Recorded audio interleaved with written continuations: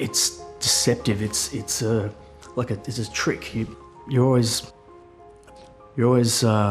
behind this illusion that you can possibly end up winning or at least recovering what you've lost. It's a lie. You're lying to yourself.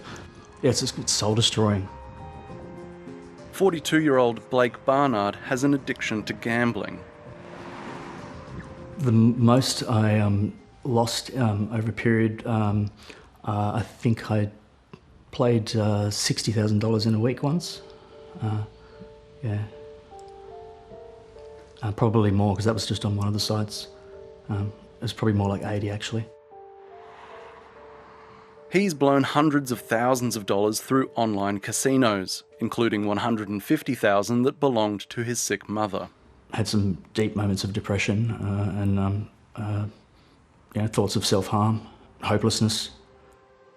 Blake lost his money having already excluded himself from pubs, clubs and casinos. There was basically nowhere I could go anymore where the staff weren't obliged to enforce the exclusion. That's how I ended up gambling online instead. Blake says signing up to an online casino took about 5 minutes, and from there, his gambling on the pokies accelerated. You can do it from home, in a taxi, on the bus, at a friend's place, at work during your break. I've even gambled in the bath. Blake gambled using regular money and cryptocurrencies, which he says were faster and easier to use. But crypto had another use too. After a while, because I'd been making such large deposits and so frequently, the bank refused to process any transactions where the payment destination like that was offshore and questionable. The casino site Lucky Star encouraged Blake, a VIP, to use crypto as a workaround. The support team informed me they noticed a few failed deposits on your end. I took a look at it and I will have to get finance on the case as well. So for the time being, I would suggest you try using your Visa or crypto. Oh, it's very, very easy to gamble with crypto from within Australia, yeah. There's nothing stopping you at all. It's not illegal for you to gamble online, it's just illegal for the companies overseas to offer you to gamble online.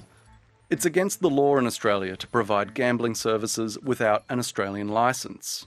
But the offshore industry is flourishing. Many operators get their licences from the tiny Caribbean island of Curacao, a territory of the Netherlands.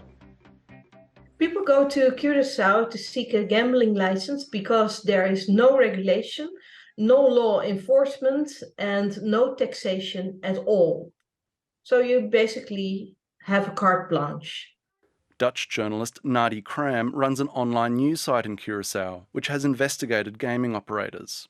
She estimates half of the sites offer crypto deposits with no regulatory oversight.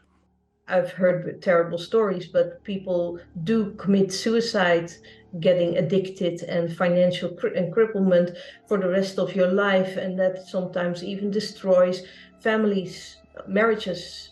Nadi has been contacted by several Australians who have been ruined using sites licensed in Curacao. I've seen many Australians families breaking down already. And that's what our casinos do because nobody is watching. Australians like to gamble. A number of Australians, considerable number, are engaging in cryptocurrency and gambling transactions offshore.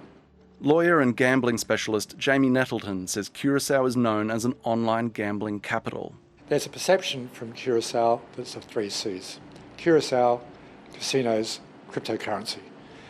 And to a certain extent, that's correct. There are a considerable number of licenses which have been granted over time in Curacao, into the thousands. I've seen one report in respect of 12,000 over time. It's far less time to get a license in Curacao and essentially less costs, but greater risk. Sites commonly advertise the fact that they ask few questions of their customers. Blake was required to submit his Australian ID when he signed up to Lucky Star. However, its website says it doesn't require Bitcoin users to provide regular sign-up details, allowing them to remain completely anonymous. When you're dealing with crypto, it's a decentralised model of finance, and so that just makes it more challenging for law enforcement or other agencies to actually understand where the origin of the funds came from and where the funds are ultimately destined to go to. Amanda Wood, an anti-money laundering investigator who previously worked for the financial watchdog AUSTRAC, says online casinos are a target for organised criminals. If things are tightening up in Australia through increased regulation here, either by AUSTRAC or by the state-based authorities, then those offshore entities provide an alternative mechanism to launder funds. So criminals will look for those weakest links where they're able to pass through those funds with the lowest risk of detection.